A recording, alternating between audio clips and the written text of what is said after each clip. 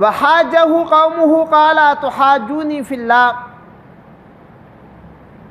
جب سورج، چاند، ستارے، جس قوم کی محبت، جس چیز کی محبت حضرت ابراہیم علیہ السلام کی قوم کے دل میں تھی، ایک ایک کا عیب نکال کر دکھایا، تو وحاجہ قوم، حضرت ابراہیم علیہ السلام کی قوم حضرت ابراہیم علیہ السلام سے لڑنے لگی۔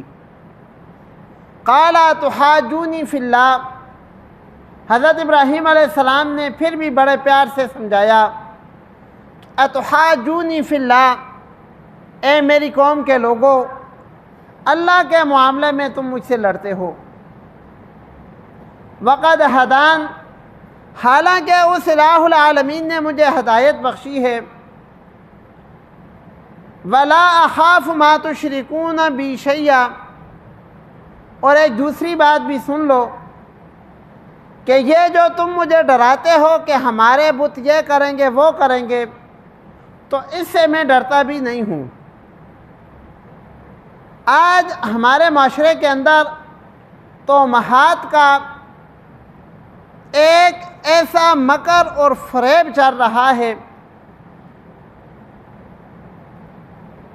اور ان توہمات کے پیچھے کئی لوگوں کے مفاد وابستہ ہیں جو ان کو بڑا چڑھا کر بیان کرتے ہیں۔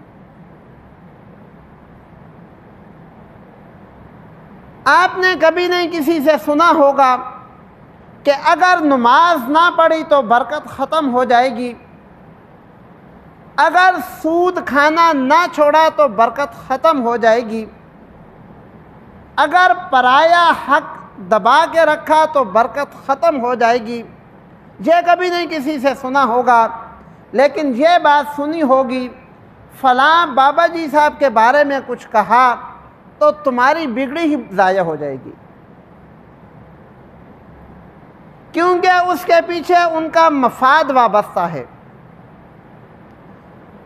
آپ کو یہ بات سننے کو بہت کم ملے گی کہ اگر اپنے بہن بھائیوں کا حق مار کے کھا کے رہو گے، زندگی بھر ذلیل الخوار رہو گے، اللہ رب العالمین کبھی بھی مال میں اور اولاد میں برکت نہیں دیں گے، یہ چیز کبھی نہیں سنو گے۔ لیکن یہ سنو گے کہ اگر فلاں دربار کے بارے میں ایک لفظ بھی منہ سے نکالا تو تمہاری ایسی کی تیسی ہو جائے گی۔ حالانکہ اس دربار کا کیا کام تم سے؟ وہ تو ایک اللہ کی مخلوق ہے، جیسے میں اور آپ بیٹھے ہوئے ہیں، میں اور آپ پھر بھی سانس لے رہے ہیں، ایک دوسرے کی بات سن رہے ہیں، جواب دے سکتے ہیں۔ وہ بیچارے تو جواب بھی نہیں دے سکتے، سن بھی نہیں سکتے، لیکن ایک ان کے ساتھ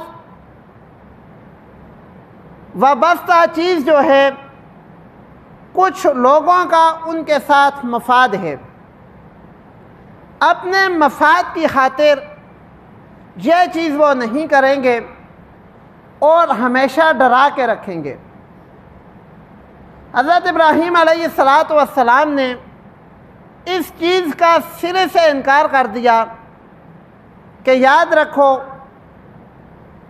میں ان معبودوں سے نہیں ڈرتا جن کو اللہ کے علاوہ تم پکارتے ہو، میرے دل میں ایک اللہ کا ڈر ہے، میں صرف اس سے ڈرتا ہوں۔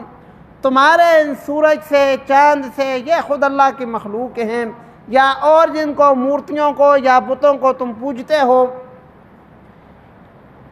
ان سے میں نہیں ڈرتا۔ اگر تمہارے دل میں یہ چیز آتی ہے کہ تم مجھے ان سے ڈرا لو گے تو یہ غلط ہے۔